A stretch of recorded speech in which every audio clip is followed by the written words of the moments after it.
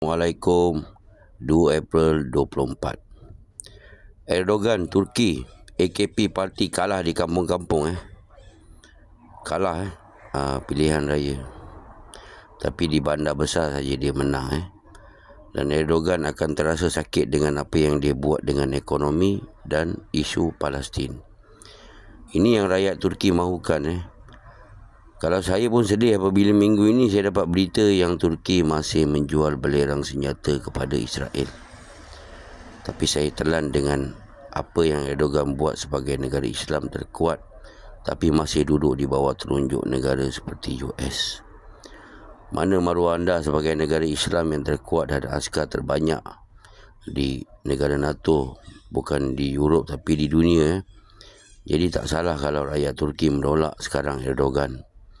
Kerana ayat dia je manis dan kelemahan yang dia ada. Kita tahu kan sejarah Turki bagaimana dulu, sejarah kekuatan.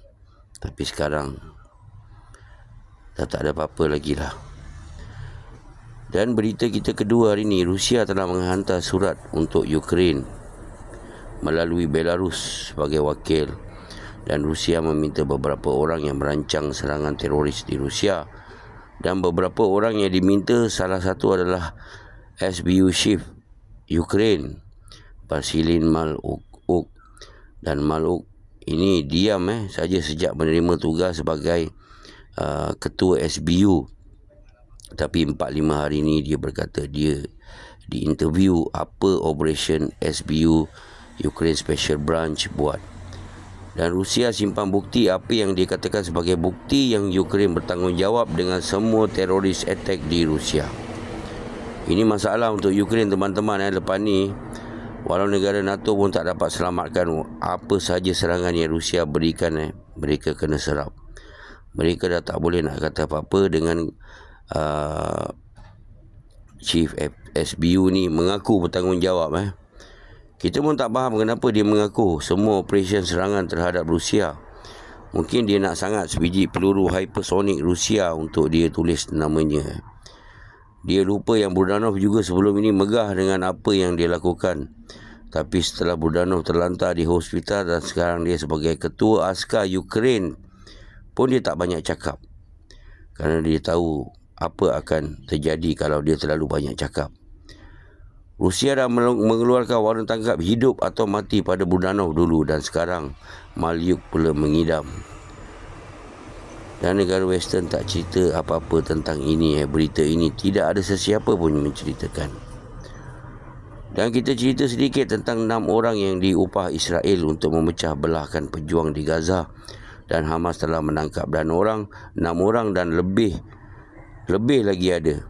Dan mereka ini ke dalam Gaza dan berkata kepada pejuang Gaza yang Israel tidak akan berikan kebantuan kepada Gaza jika Hamas masih mengetuai Gaza.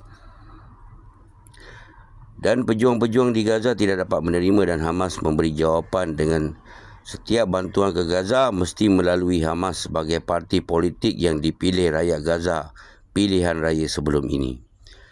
Dan Hamas telah berkata senjata Hamas masih tidak digunakan sepenuhnya dan Hamas masih menyimpan senjata yang belum digunakan dalam perang ini. Dan senjata yang terbaru Hamas adalah mereka ada kilang di Gaza dan senjata ini ditanam dalam tanah. Jika askar Israel berada semeter dari bom ini akan meletup. Very sensitive bom ni Dan bom ini dinamakan dalam bahasa Inggeris hopper atau the jumper. Dan ini adalah salah satu senjata yang masih belum digunakan. Dan Al-Qassam akan menggunakan senjata ini untuk melawan Israel. Maknanya Hamas dan rakan perjuangan semua banyak lagi senjata yang masih belum digunakan. Alhamdulillah. Alhamdulillah teman-teman. Dan di Syria, Israel telah mengebom sebuah bangunan berdekatan Iran Embassy dan membunuh beberapa orang kumpulan Al-Quds. Salah seorang ialah Muhammad Reda Zaidi dan dia senior Al-Quds yang berada di luar negara dan ini membuktikan Israel sebagai pembuli di dunia. Dan kita akan lihat apa yang Iran akan lakukan lepas ini. Pasti akan lagi teruk perang ini antara Iran dan Israel. Dan ada juga perbincangan antara Israel dan Hamas, dan perbincangan tu dah nak berjaya dah. Tapi last minute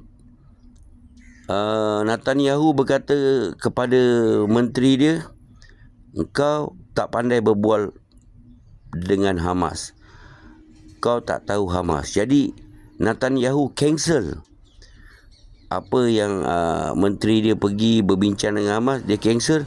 Lepas tu sekarang tunjuk perasaan besar-besaran di Israel yang ganas kerana meminta Netanyahu turun daripada kerusi yang dia duduki. Netanyahu pun pressure dekat negara dia sendiri. Kerana apa? Benda boleh settle. Kenapa engkau nak memanjangkan perang ini? Kerana mereka tahu, rakyat Israel tahu sekarang mereka pun tak boleh menang dengan Hamas. Dah 6 bulan dah teman-teman berperang dengan Hamas. Memanglah mereka membunuh banyak orang awam, tapi mereka tak boleh melawan Hamas sekarang. Sampai sekarang pun Hamas masih kuat di Gaza. Masih kuat di Gaza. Dan Israel hanya menyerang di kampung-kampung di Gaza, tapi bukan di bandar. Bandar adalah kubu kuat Gaza, kubu kuat Hamas. InsyaAllah lah teman, kalau ada berita lagi, insyaAllah saya akan berikan kepada anda. Assalamualaikum. Selamat berpuasa semua. Hurrah Palestin.